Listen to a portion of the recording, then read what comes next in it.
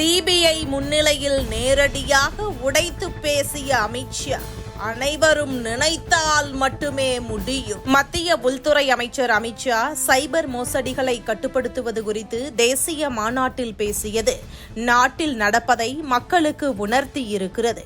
CBI ஏற்பாட்டில் கடந்த பிப்ரவரி 10ஆம் தேதி விழிப்புணர்வு மாநாடு நடைபெற்றது. இதில் சைபர் குற்றங்கள் இனி சாதாரண மோசடிகள் அல்ல, நாட்டின் டிஜிட்டல் பாதுகாப்பே பெரிய சவாலாக மாறிவிட்டன என அமித்ஷா நேரடியாக எச்சரிக்கை விடுத்தார். இன்றைய காலத்தில் ஆன்லைன் பரிவர்த்தனை, டிஜிட்டல் வங்கி, மொபைல் செயலிகள் போன்றவை அதிகரித்துள்ள நிலையில் அதனை பயன்படுத்தி குற்றவாளிகள் மோசடி செய்வதும் வேகமாக வளர்ந்து வருகிறது.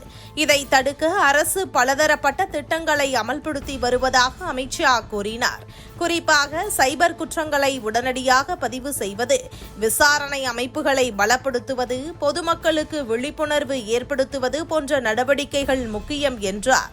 மேலும் கூட்டு முயற்சியே வெற்றியின் அடிப்படை என்ற கோட்பாட்டின் அடிப்படையில் கோஆபரேஷன், கோஆர்டினேஷன், கொலாபரேஷன் என்ற 3C முறை நடைமுறையில் இருப்பதாகவும் அவர் விளக்கினார். அதாவது மத்திய அரசு, மாநில காவல்துறை, விசாரணை அமைப்புகள், வங்கிகள், நிதி நிறுவனங்கள் ஒன்று சேர்ந்து செயல்பட்டால்தான் சைபர் குற்றங்களை கட்டுப்படுத்த முடியும் என்றார். 2021ஆம் ஆண்டு தொடங்கப்பட்ட இந்திய சைபர் குற்ற ஒருங்கிணைப்பு மையம் மூலம் பல முக்கிய முன்னேற்றங்கள் ஏற்பட்டிருப்பதாகவும் தெரிவிக்கப்பட்டுள்ளது. இந்த மையத்தின் மூலம் லட்சக்கணக்கான புகார்கள் பதிவு செய்யப்பட்டு ஆயிரக்கணக்கான வழக்குகள் தீர்வு காணப்பட்டுள்ளன. மேலும் கோடிக்கணக்கான ரூபாய் மதிப்புள்ள மோசடி தொகை மக்களுக்கு மீட்கப்பட்டிருப்பதாகவும் கூறப்படுகிறது.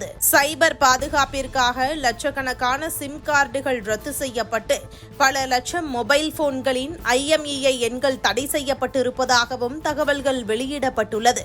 இதன் மூலம் குற்றவாளிகளின் வலைப்பின்னலை அரசு உடைத்திருப்பதாக அதிகாரிகள் கூறுகின்றனர். சைபர் பாதுகாப்பு என்பது அரசின் பொறுப்பு மட்டுமல்ல, பொதுமக்களின் விழிப்புணர்வும் அவசியம் என அமித்ஷா வலியுறுத்தினார். தெரியாத லிங்குகளை கிளிக் செய்யாமல் இருப்பது, OTPயை யாரிடமும் பகிராதது, சந்தேகமான அழைப்புகளை தவிர்ப்பது போன்ற அடிப்படை எச்சரிக்கைகள்தான் முதன்மை பாதுகாப்பு என்றார். டிஜிட்டல் இந்தியா வேகமாக வளர்ந்து வரும் நிலையில் அதற்கேற்ற பாதுகாப்பு அமைப்புகளும் சம அளவில் வளர வேண்டும் என்பதே அரசின் நோக்கம். சைபர் குற்றங்களை கட்டுப்படுத்த தொழில்நுட்பம், சட்டம், நிர்வாகம், மக்கள் அனைவரின் ஒத்துழைப்பும் அவசியம் என இந்த மாநாடு வலியுறுத்தியுள்ளது.